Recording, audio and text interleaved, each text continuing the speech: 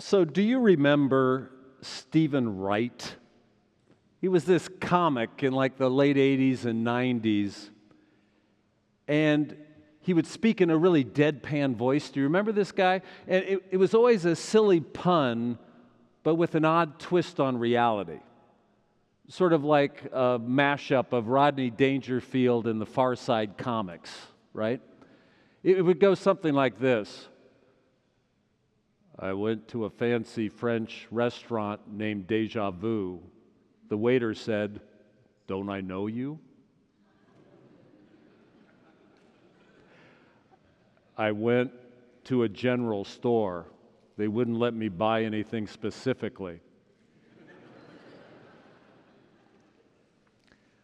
I Xeroxed a mirror. Now I have an extra Xerox machine. Just kind of weird, but, kind of funny.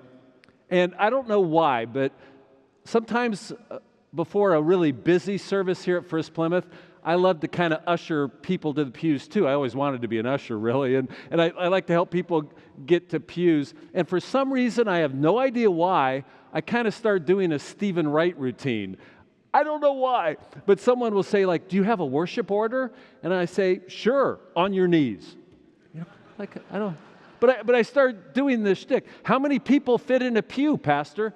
52 Lilliputians. More if they sit on each other's lap. I start doing these odd things. Someone will ask me, "How long is your sermon?" "Oh, not long, but very wide."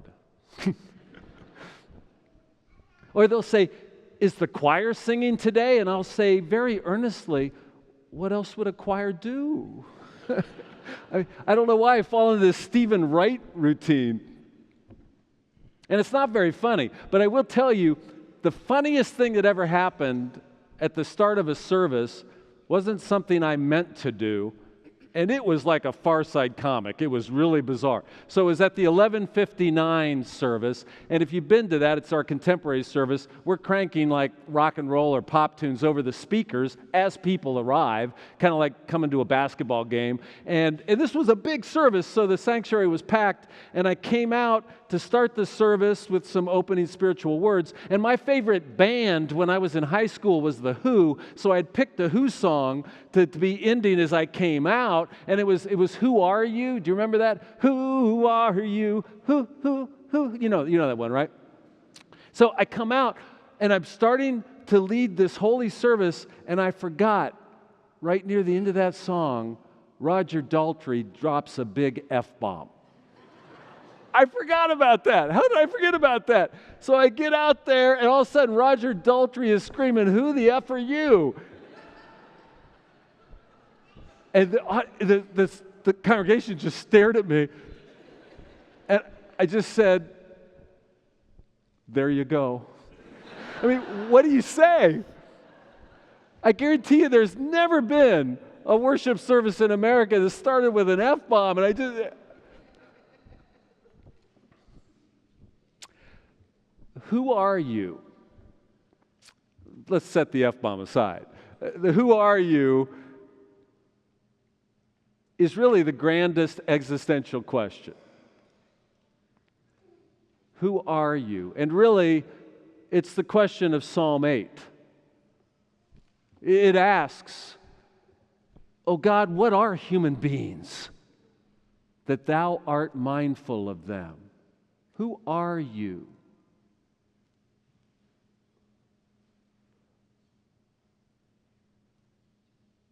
You know, I Googled the question this week, "What is a human being?" And this is what it says we are. It said that human beings are the common and widespread species of primate, the great ape that is characterized by their hairlessness, bipedalism, and high intelligence. Human beings have large brains, enabling more advanced cognitive skills that enable them to thrive and adapt in varied environments, develop highly complex tools, form complex social structures and civilizations. Humans are highly social, with individual humans tending to belong to a multi-layered network of cooperating, distinct, or even competing social groups, from families and peer groups to corporations and political states. As such, social interactions between human beings have established a wide variety of values, social norms, languages, and traditions, each of which bolsters human society. Humans are also highly curious.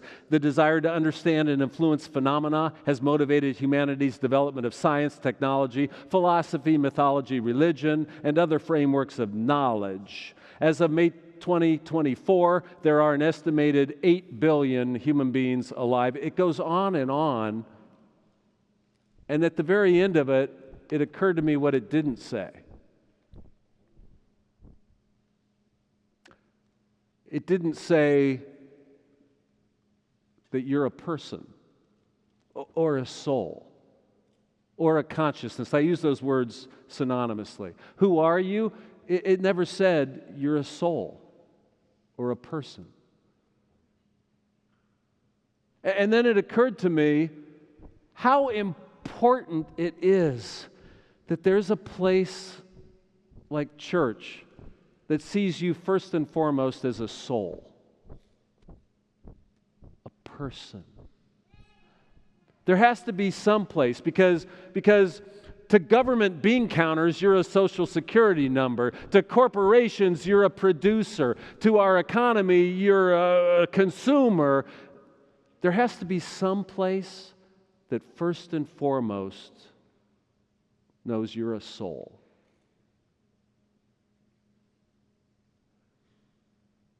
If there weren't churches, we'd have to come up with some other place lots of us could gather and be seen for who we really are. You're a soul that bears the imprint of the divine. You're not a thing, you're not an object. Not most essentially, you're a person, a soul.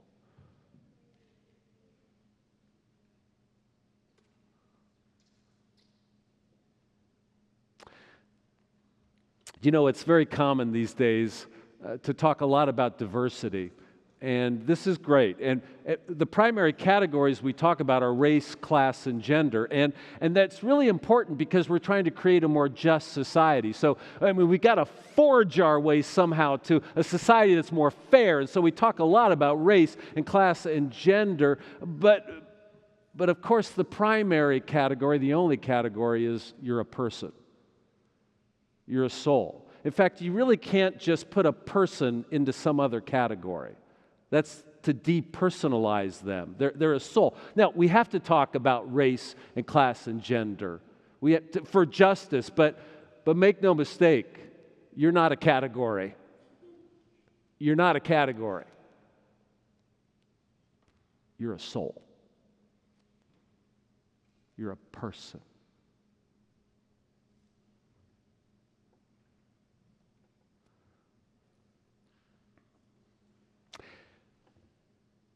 Really, when we talk about diversity and use lots of categories, we quickly skip over the most diverse thing about ourselves.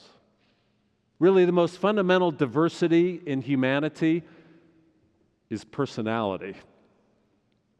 Big time. I mean, that's the most basic thing that is everywhere and is wildly variegated and dappled and diverse.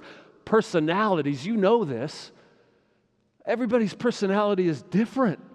And it can be perplexing at times how different it is. That's the fundamental diversity, and fundamental inclusion would be to learn to live better and more fruitfully with the diverse range of personalities. Now, to be sure, your personality is not the essence of your soul. You're something bigger, actually, than your personality. But your personality is sort of the way your soul is displaying itself a little bit to the world, just a glimpse. Your soul is your soul is infinite. Your personality is some little particular way. Your personality is sort of like the emperor that comes out on the deck and just waves to the crowd. Your personality is just sort of saying, waving to others. It's not really who you are, but you've got a personality. And do you know how some people drive you nuts? The way these personalities interact. If we could slow down a little and kind of appreciate our differences, the fundamental difference, your personality. Appreciate it more. Pause, to realize this is a one-time personality in my midst, even if it's frustrating the heck out of me. I don't know if you've been tracking this, but over about the past 30 years, psychologists have really honed down about how they talk about personality, and they've developed 5 basic personality traits that's really interesting. It was a lexical theory. What it means is they first were studying all the way human beings describe personality, all the words, thousands upon thousands of words in literature everywhere, that way human beings describe each other. They gathered those thousands and thousands of words. They started separating them into synonyms and into groups, and it took years, but it finally came down to 5 basic groupings that all our language are kind of implying. So there's 5 basic traits now. There is, number 1, conscientiousness. Number 2, agreeableness. Number 3, neuroticism. Number 4, openness. And number 5, extroversion. I can remember this because that spells out canoe, so I can remember that. So conscientiousness is, where are you on the spectrum? Each one is a spectrum. Are you really disciplined and orderly, really organized, and you're always on time, or you have a pretty formalized and judicious approach to life? You'd be on one side of the conscientious spectrum, or are you way more spontaneous? Like you can barely track what time it is, and you're just kind of living in the groove and really disorganized to others' eyes, but it's your vibe, right? I mean, it's where you are on the spectrum. That's conscientiousness. Agreeableness. So one side of the spectrum is, are you pretty suspicious and wary of others? And do you tend to disagree? Are you contrarian with people around you? Always kind of half disagreeing with whatever they say? Or are you someone that just is so easily affirming of whatever someone's talking about, and you just have a natural way of being agreeable? It's a spectrum. Conscientiousness, agreeableness, and then neuroticism. In your personality, how prone are you to kind of negative thinking? Kind of pessimistic thoughts, anxious, highly anxious about life? Or are you very calm? On the other side of the spectrum, on neuroticism, are you super calm and very confident and feel pretty secure? Everyone's personality is on some spectrum of that. And the next one, openness. And that means openness to like reality itself. Are you someone that is seeking new experiences all the time, or are you pretty habitual on the other side of the spectrum? Or are you fascinated by people that are really funky and new things, and or not so much? That's openness to experience. Your personality will display itself somewhere on that spectrum. And then lastly, extroversion, like you know. Some people just love being around others and in groups and energized by just constantly gregariousness of gatherings all the time. Other people, not so much, right? It's just we're all somewhere on the spectrums of these 5 traits. Now, if we could slow down in our lives, as you rush about, you put people in categories all the time. And you kind of sum them up because you don't have much time. But if we could slow down and appreciate the range of personalities in our midst. Everybody at some different point, yeah, there may be those 5 main traits, but you're at all different points among the 5, and it becomes an infinite amount of possible personalities. If we could learn to appreciate the differences. There's no one like you, so don't expect anyone to be like you. Because the demands that you're making on them, it's from your personality. They're experiencing things very differently. a personality. Oh, if we could learn to appreciate that. But here's something even more mystical. I think this is amazing. So you are a personality, and psychologists would tell you that's somewhat baked in to who you are, but not completely. Get this. You are not just a consciousness. You are actually a self-reflective consciousness.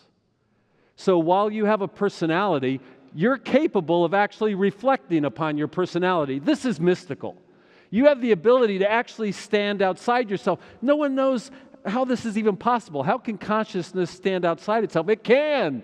This is a miracle given to us by God. You can actually reflect about your personality, and here's what's amazing. At any given moment, you can adapt, evolve, you can change yourself a little bit at any moment. This is wild. Do you see the beautiful journey this gift from God gives? Your whole life can be about developing one's self. In any given moment, you might be someone that is filled with negative thoughts and highly anxious. But at any given moment, you could look at that and say, I'm going to be calmer this moment. And be a more gentle presence with those around. At any given moment, on anywhere on all those spectrums, you could shift it by self-reflection. This is wild. And life becomes this adventure.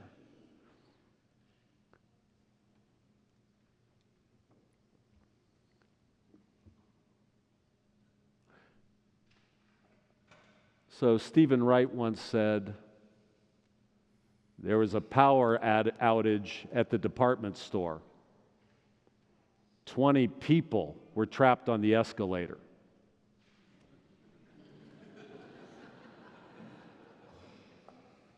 My friends, we are never trapped. You have a personality, but this is amazing. You're not trapped by that personality. You can reflect, adapt, evolve, and grow. Thanks be to God. Amen.